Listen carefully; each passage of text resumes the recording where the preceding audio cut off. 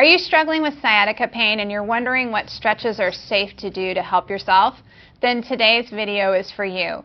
We're going to discuss not only the stretches that you really should be doing right now to help relieve your sciatica symptoms, we're also going to be discussing the stretches I want you to stay away from. There's a lot of stretches on the internet that people say, oh, do this, it will help with your sciatica pain. And yes, it will help in the short term and you will feel better, which will be a positive reward. So you'll think, hey, I want to do that stretch again. But it's actually irritating the nerve. So we want to make sure that we're not making our symptoms worse, because honestly, the sciatic nerve does not like to stretch. It likes to have pressure taken off of it. So our stretches are going to be geared towards taking pressure off that sciatic nerve so it can actually heal. Are you ready? Here we go. Now, the first stretch you're going to do is a deep squat. So you want to find a doorway or a door frame or something that you can hold on to kind of help yourself with this, because when your sciatic nerve is really flaring up, it's hard to move, right? So you want to have something that you can hold on to, and you're going to get your legs really far apart. Usually a little bit further than shoulder width will feel really good. Turn your feet out to the side so you don't have to have your feet pointing forward. Make your hips nice and open. That'll feel really good when you get down there. Then what you're going to do is you're going to squat down and just kind of hang out there. This helps to decrease the tension on the sciatic nerve, and it should feel really good. I like to do this stretch for about 10 to 20 seconds, kind of just letting everything calm down a little bit. Then you're probably going to need to use those hands to help walk you back up. If you feel like, oh, that's not the most comfortable position, try adjusting where your feet are. Maybe you need them a little bit narrower, maybe you need them a little bit wider, maybe you need them a little bit more forward or a little bit more out. The position can vary by person, so feel free to try it a couple of times until you find a position where that's really comfortable. All right, the next stretch we're going to do is the tall tree stretch.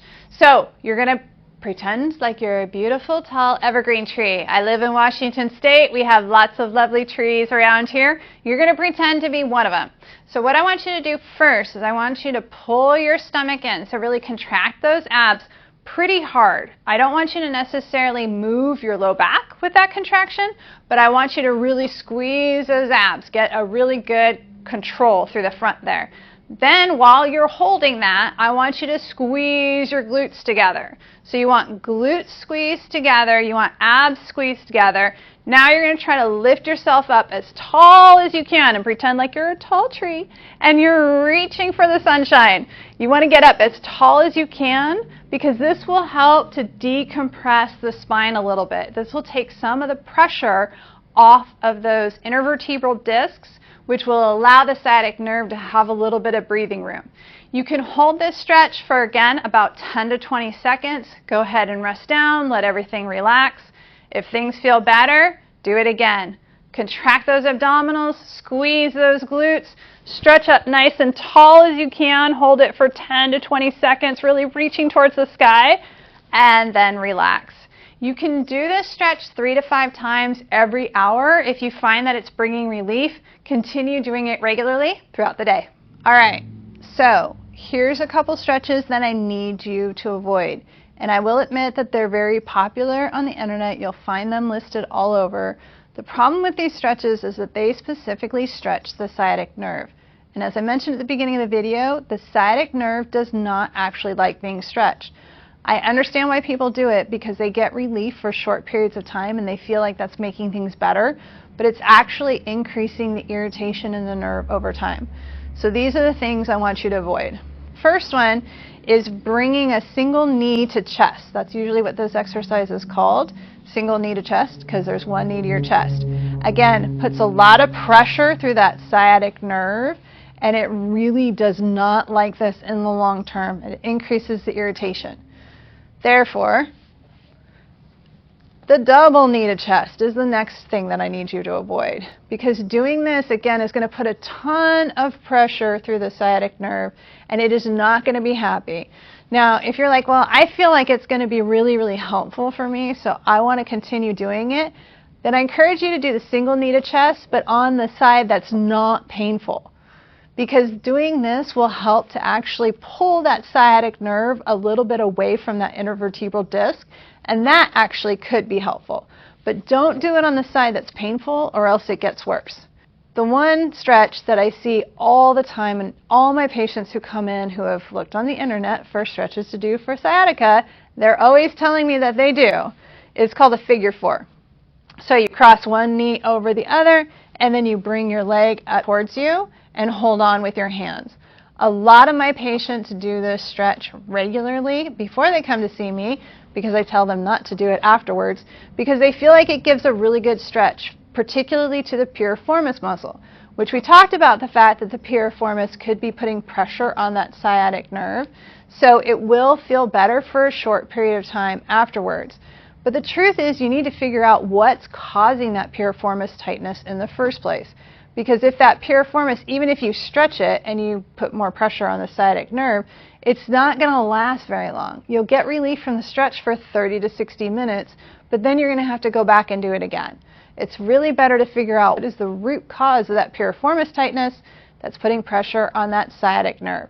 So if you find yourself doing this stretch regularly for your sciatica, I definitely recommend seeking out the help of a manual physical therapist who can get to the root of that piriformis problem and get this sciatica pain gone for good. Now, the last exercise we're going to talk about, or stretch, is potentially the most damaging if you have sciatica from the intervertebral discs.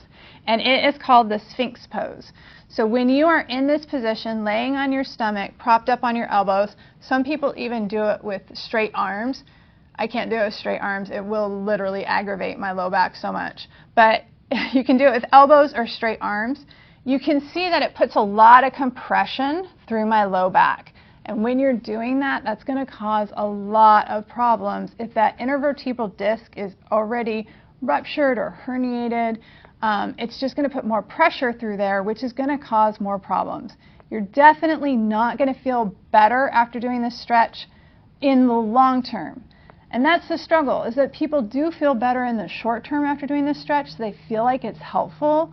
But what's happening is that you're just creating more and more and more microtrauma, which is creating more and more and more inflammation, which is causing this problem to continue longer than it should.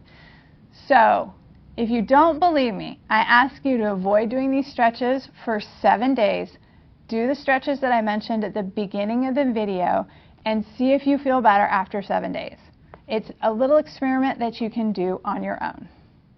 Now, stretching the sciatic nerve directly increases the pain significantly in the long term because it increases the irritation.